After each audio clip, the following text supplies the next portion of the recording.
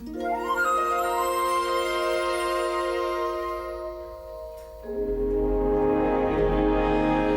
choose to go to the moon. We choose to go. Okay, everybody. Doug Solo in the studio. Here to say a few words about 2019's documentary Apollo 11. Peter and I obviously have a long-standing interest in the space program. We've talked about in this podcast The Right Stuff and Apollo 13. And we've also talked about First Man. Those of you who are maybe new to the podcast may not know that Peter and I also have just produced a 12-episode retrospective series on the entire Apollo program that is built around the HBO miniseries From the Earth to the Moon, so feel free to check that out as well. It's called From the Earth to the Moon, a retrospective podcast. But this is a documentary, again, by Todd Douglas Miller, the director, came out in 2019 that focuses exclusively on the flight of Apollo 11. When I say exclusively on the flight of Apollo 11, I really mean that. Like, there's no focus on the training. There's no focus on any prior mission. There's virtually no background given to anything. The entire movie is a presentation of the events of the flight, the lunar landing, rendezvous in lunar orbit, and return to Earth. There is no narration whatsoever. There is audio, and the voices are mostly provided by the public affairs officer from NASA, and some astronaut voices and some audio from the mission control communications loops is played as well.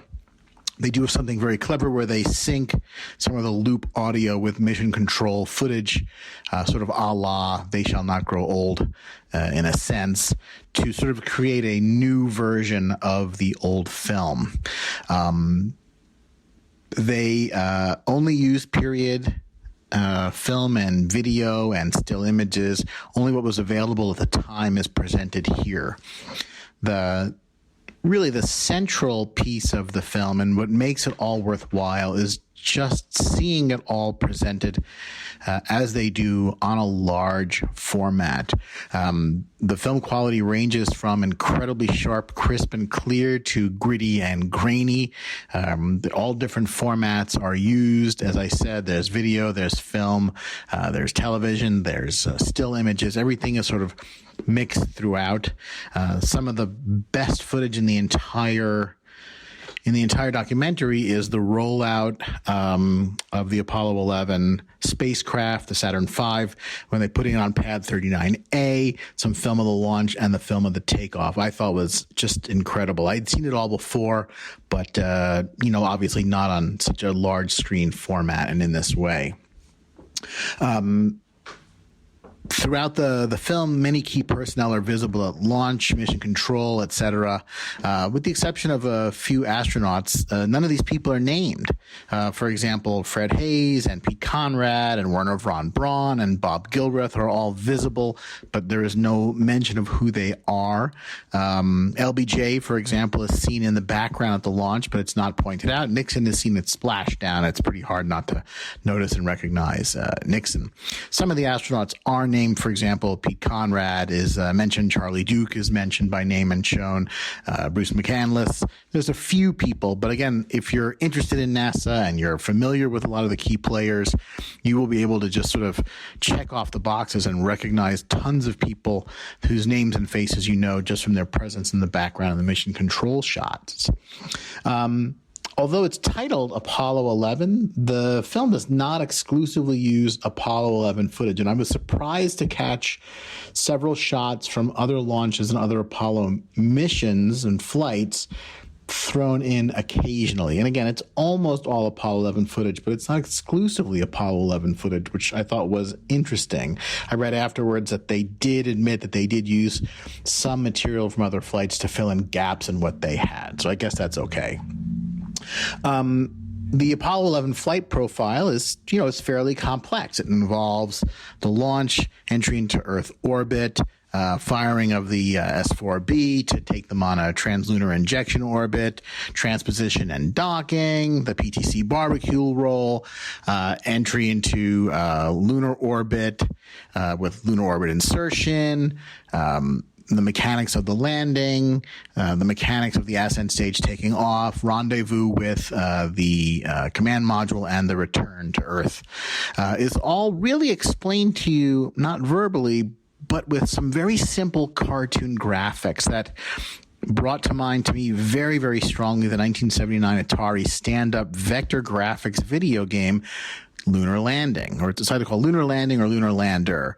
But the similarity between the graphical representation of the flight profile and that video game was very, very strong, and I suspect that this was not a coincidence and the filmmakers were winking at the audience.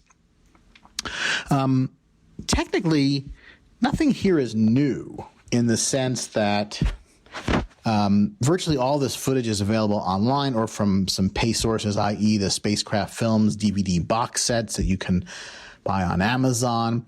But what's really new in this film is the way that the film and the audio are presented. It's very much cinema verite. You are there, and you're not just there looking back in time. It feels like you're there with them in July of 1969. I think perhaps the best sequence in the whole movie is the landing, which is done simply with a continuous onboard camera film showing the last 4 minutes of the lunar landing, the so-called power descent to touchdown, with altitude and other information is presented numerically on the bottom left hand of the screen. As we've talked about in a couple of other podcasts, they had computer troubles on the way down. They had 1201 and 1202 program alarms, and these are heard over the audio loop, and you see a graphical red 1201 and 1202 sort of flashing on the bottom left of the screen. And again, this is not explained to the viewer at all. So if you are familiar with the 1201 and the 1202 program alarms and you know what they mean, you can follow it. If you don't know anything about Apollo, it's enough the way they have done it that it is conveyed to you that they had some sort of problems that they had to handle on the way to the surface. And honestly, that's enough. The EVA is extremely well presented in a combination of film, television, video, and still images.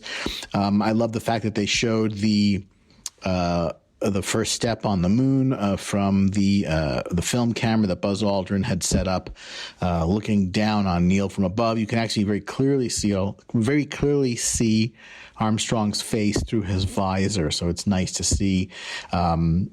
The EVA is shown sometimes in a split screen where they'll show film and video sort of side by side, synchronized, so you see the exact same event filmed by two different cameras.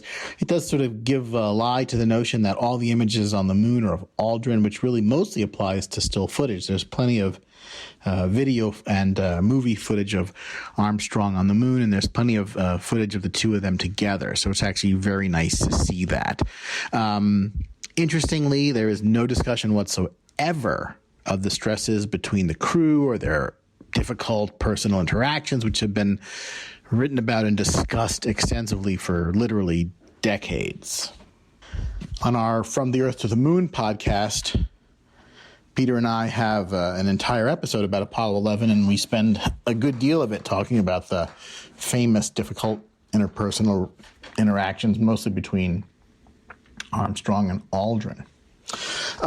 Once they ascend from the lunar surface and dock with the command module, the film wraps up very quickly. The return to Earth is presented very abruptly. It's almost as an afterthought. The trip to the moon is long. It's a long chunk of the film. The return to the Earth is just a few minutes. And then the events right after splashdown are interspersed with the credits. So I stayed till the end and I watched to the end of the credits, and there's about 3 or 4 minutes of additional footage that's interspersed with the credits, but most people left. this is a good year, I think, for documentaries. Really, with Peter Jackson's They Shall Not Grow Old in this, I saw within 48 hours of each other. It's really, really good to see these complex historical documentaries out now. I think if you have any interest at all in the space program, you would be well served by seeing Apollo 11. I think that if you have kids who don't know anything about the moon landing, like, this is maybe a great starting point for them, because the video and the film is just, it's so gripping. The fundamentals of the flight are presented in every last aspect of the flight. The key parts are all shown, and somebody who knows nothing about the Apollo program could walk out of this movie and have sort of like a good fundamental understanding of how we got to the moon and what happened there and how we got back. It's definitely a good one. There's really, you can't really criticize it in any way, in the sense that it's just a straight documentary presenting just incredible footage of humans' first voyage to the moon. And there's very little discussion of the larger meaning of the moon landing, aside from a few comments by the astronauts themselves at the very, very end of the movie. And you're really left to ponder that all on your own, which I certainly have done a zillion times in my life. But again, it was good to do it again in this context. Anyway, that's a quick podcast on Todd Douglas Miller's Apollo 11, in theaters now, playing on a very limited basis in my city, which has about a dozen cinemas. It's only playing at one cinema about 2 or 3 shows a day. But if you want it, you can certainly seek it out and find it, and I would recommend doing so. Thanks, guys. Bye.